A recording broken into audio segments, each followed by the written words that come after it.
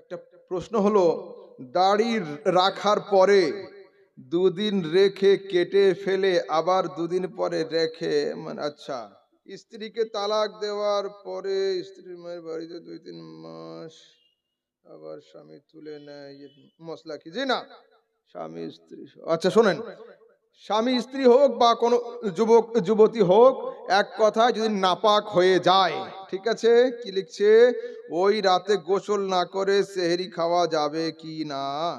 তারাবির নামাজ কয় রাকাত? 8 না 20? আসসালামু আলাইকুম। ওয়ালাইকুম আসসালাম রহমতুল্লাহ। সুদখোর মদ পানকারী ব্যক্তির বাড়িতে রোজার ইফতার করা যাবে কি না?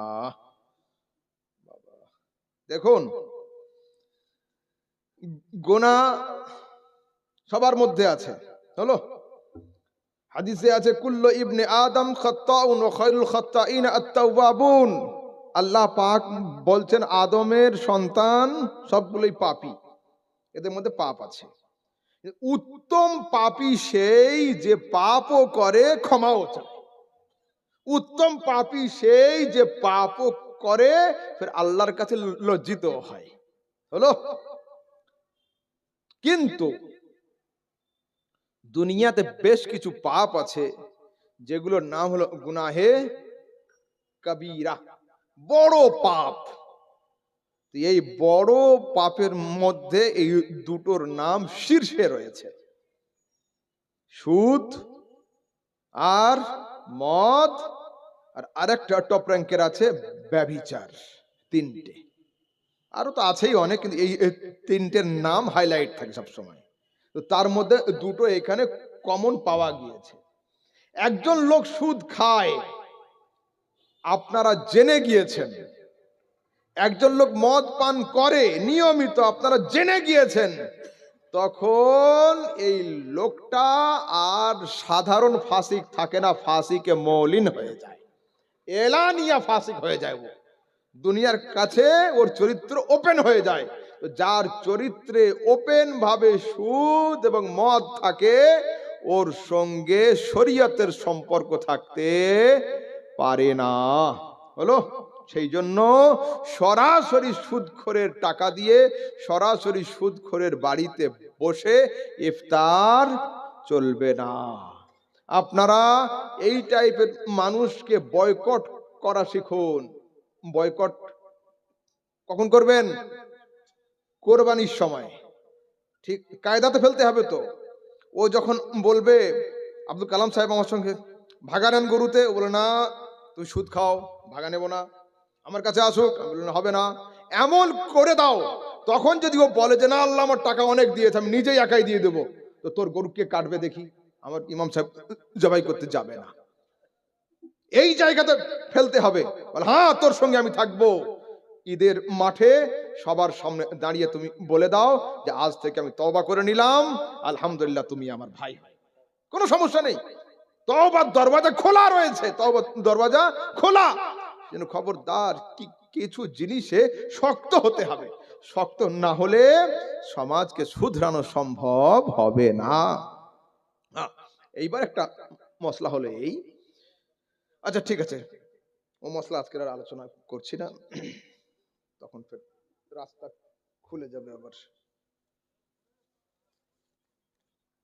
আসসালামু আলাইকুম। ওয়ালাইকুম আসসালাম। হুজুর সালাম নিবেন, কয়েকটি প্রশ্ন, বেয়াদবি হলে ক্ষমা করবেন, জাযাকাল্লাহ।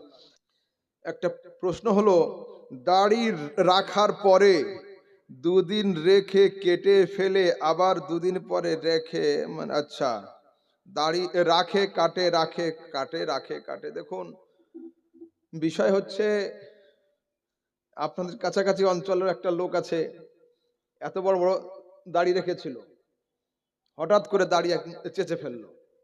লোক জিজ্ঞাস করলো এই অবস্থা তোমার কেন?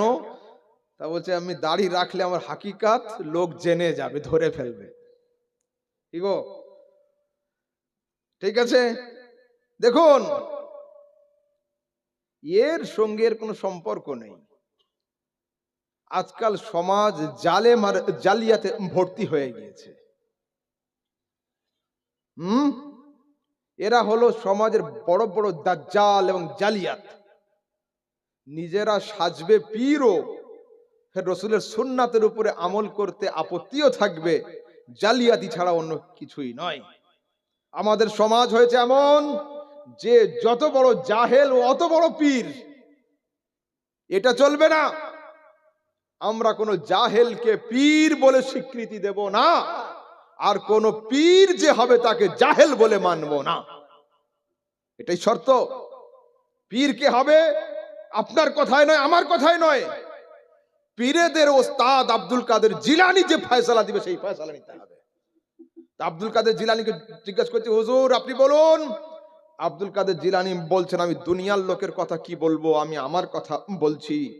দারাস্তুল ইলমা হাত্তা সিরতু কুতবান, আমি আব্দুল কাদের জিলানী ইলম অর্জন করেছি, আল্লাহ পাক আমাকে দুনিয়ার কুতুব বানিয়ে দিয়েছেন।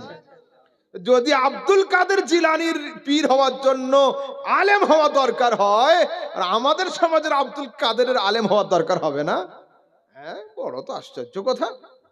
তারপরে শোনেন,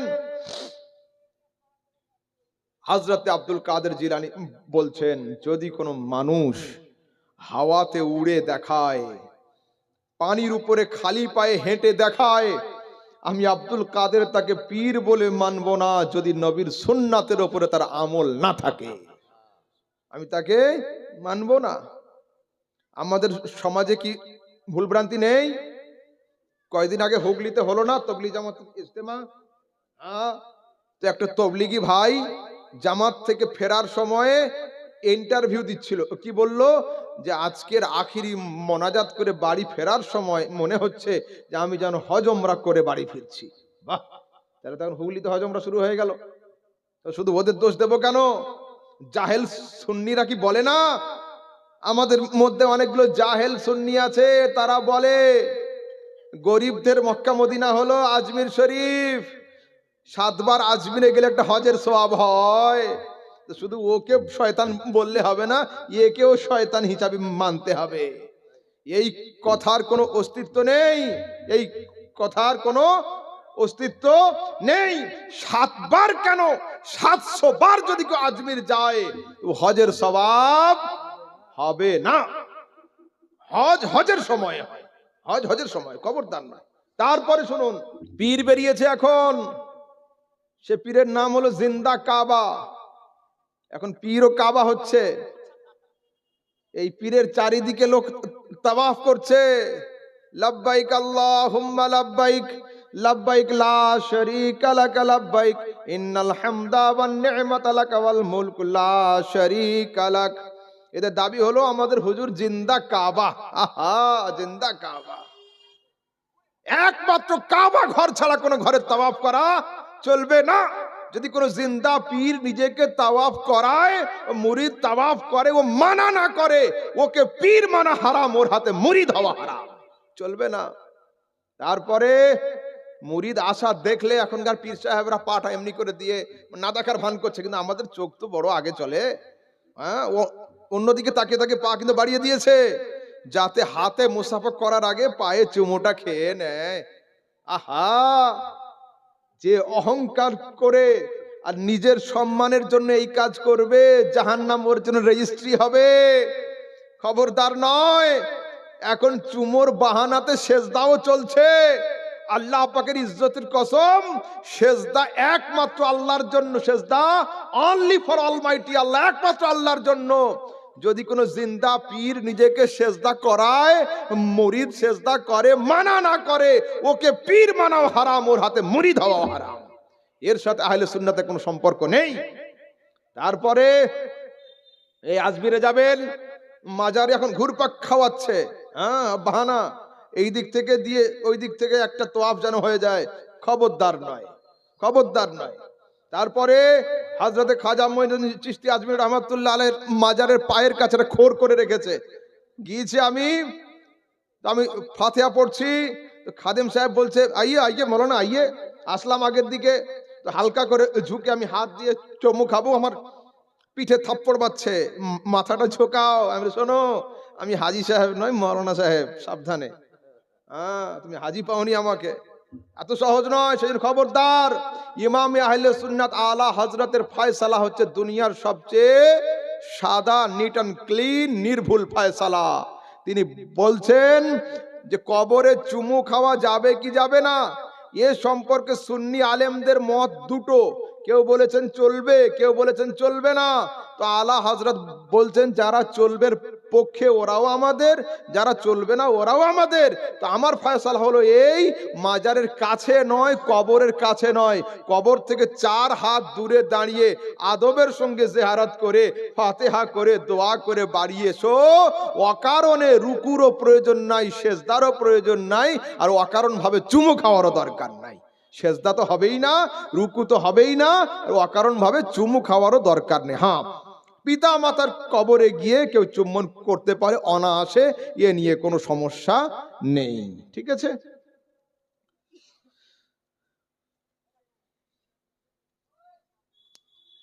স্ত্রীকে তালাক দেওয়ার পরে স্ত্রীর মায়ের বাড়িতে 2-3 মাস আবার স্বামী তুলে নেয়, মশলা কি? জি না, তালাক তালাকই হয়। এখন সমাজে দেখছি আমার কিছু আহলে হাদিস ভাই, তারা বলছে 3 মানে 1। ঠিক আছে, তো ওদের কাছ থেকে আপনারা 90,000 টাকা ধার নেন আর 6 মাস পরে 30,000 টাকা ফেরত দিবেন। 90 মানে 30 হলো। যারা এই মশলা বলবে 3 তালাক মানে 1 তালাক, ওদের কাছ থেকে 30,000 টাকা ধার নিয়ে 10,000 টাকা ফেরত দিবেন। দেখি মানে কিনা। এইসব মশলা পায় কোথায় এরা? বেশ কিছু ছুরি থাকে, আড়ি থাকে, ওর দুদিকে ধার থাকে, ও যেতেও কাটে, আসতেও কাটে। ইসলামের বেশ কিছু আড়ি আর তলোয়ার আছে, যেমন হলো শিরক, কুফর, ঈমান আর তালাক। এই কটা জিনিস যদি কেউ হাসতে হাসতে আল্লাহকে গালি দেয় ও কাফের, কাঁদতে কাঁদতে আল্লাহকে গালি দেয় ও কাফের, খুশি হয়ে আল্লাহকে গালি দেয় ও কাফের। যে অবস্থায় দিক কাফের হয়ে যাবে। যদি কেউ খুশি হয়ে নবীকে বড় ছোট বলে দেয়, কাফের হয়ে যাবে। রাগ করে নবীর উপরে গালিগালাজ করে, তাও কাফের হয়ে যাবে। ঠিক তেমন যদি কেউ খুশিতে কাউকে তালাক দেয়, তাও তালাক হয়ে যাবে। কাঁদতে কাঁদতে তালাক দেয়, তাও তালাক হয়ে যাবে। এর কোনো উপায় নেই। 3 মাস মায়ের বাড়িতে আসলো, বা হজ করতে গিয়ে জমজমের পানি দিয়ে ধুইয়ে আনলাম, এনে নিয়ে নিলাম, চলবে না। তালাক দেওয়ার পরে যদি কেউ নিয়ে চলতে চায়, সামাজিক ভাবে ওকে বয়কট করুন। ওর বাড়িতে তরকারি দেওয়াও যাবে না, ওর বাড়ির তরকারি নেওয়াও যাবে না। তালাক দেওয়ার পরে স্বামী স্ত্রী একসঙ্গে থাকা, তার মানে হলো এই যে পারমিশন ভাবে জেনা করার হুকুম দিয়ে দেওয়া। ঠিক আছে, সার্টিফিকেট দিয়ে জেনা করানো চলবে না।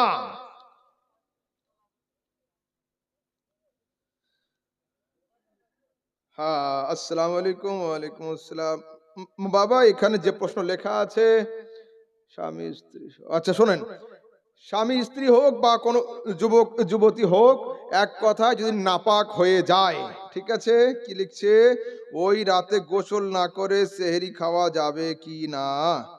দেখুন, বিষয় হলো এই, এগুলো কেবলমাত্র আপনার কুড়েমি ছাড়া অন্য কিছুই নয়। নিজের তো খারাপ লাগবে, আর যে জায়গাতে হাঁটবে, যে জায়গায় চলবে, প্রত্যেকটা জায়গা ওর উপর অভিশাপ করে। মানুষ যখন মুহতালিম অবস্থায়, নাপাক অবস্থায় গোসল না করে যখন হাঁটা চলা করে, তো প্রত্যেকটা জায়গা ওর জন্য বদদোয়া করে আল্লাহর কাছে, আল্লাহ, লোকটা পবিত্র না হয়ে আমার উপরে হাঁটছে। উচিত হলো এই, সঙ্গে সঙ্গে ক্লিন হয়ে যাওয়া, ফ্রেশ হয়ে যাওয়া। যদি কোনো কারণ বশত না উঠতে পারে বা সেহেরি না খেতে পারে, তবুও রোজা হয়ে যাবে।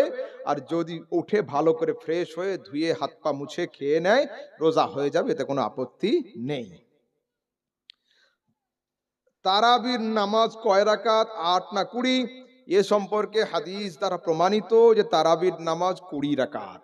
সাধারণ যুক্তি হলো এই, যদি আল্লাহ পাক কিয়ামতের দিনে বলেন যে 8 রাকাত তারাবি ঠিক, 8 রাকাত তারাবি ঠিক ছিল, আমরা কত পড়ি? 20, মেনে নিচ্ছে আহলে হাদিসদেরটা ঠিক, অসুবিধা নেই।